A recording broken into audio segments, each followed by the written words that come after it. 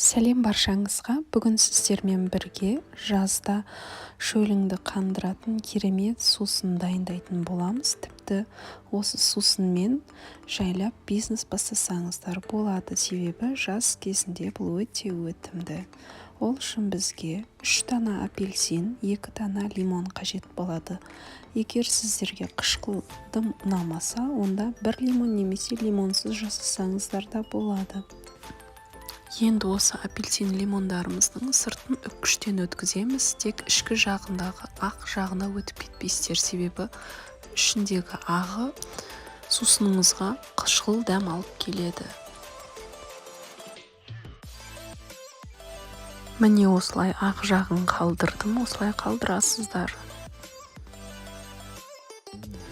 Апельсин мен лимонның сыртына 400 грамм қант қосатын боламыз.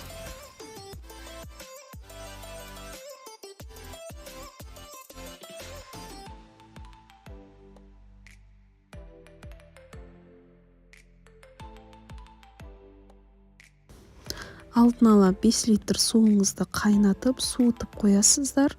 Кәдімгі мұздай салқын суға жасауға болмайды, себебі іш ауру инфекциясы болуы мүмкін, сондықтан да сақтансаң сақтан дегендей суларыңызды қайнатып алғандарыңыз жөн. Осы суға жаңағы шекермен араласқан лимон мен апельсин сырттарын салатын боламыз.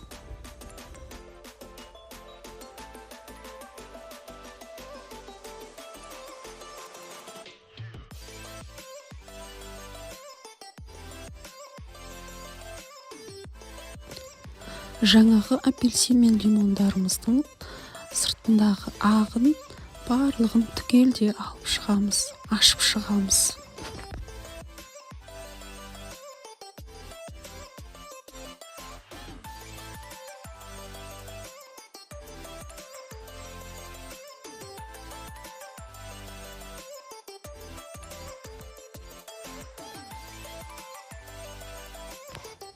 Енді осыларды майдалау етіп турап блендерден өткіземіз. Егерде сіздерде соковыжималка болса, тіптен жақсы, барлығын бірден жасайсыздар. Ал менде блендерім кішкентай болғандықтан 3-4 бөлікке салып майдалайтын боламын.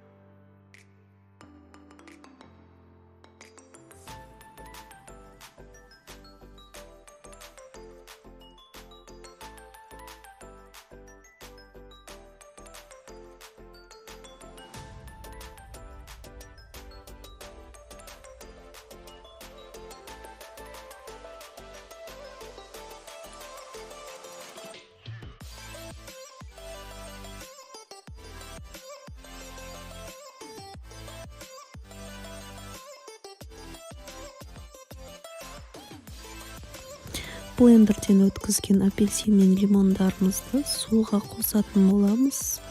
Жақсылап араластырып, осы суымызды електен өткізіп, апельсин лимондарымызды сүзіп аламыз.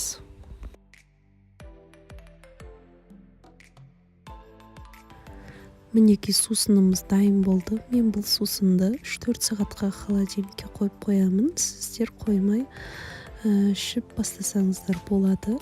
Ал қалған осындай апельсин мен лимонның қалдықтарын бетін жауып холодильникке сап қойсаңыздар болады. Себебі бұл 20 күнге дейін ашымай тұрады. Осындай баклажкаларға құйып дайындайтын боламын.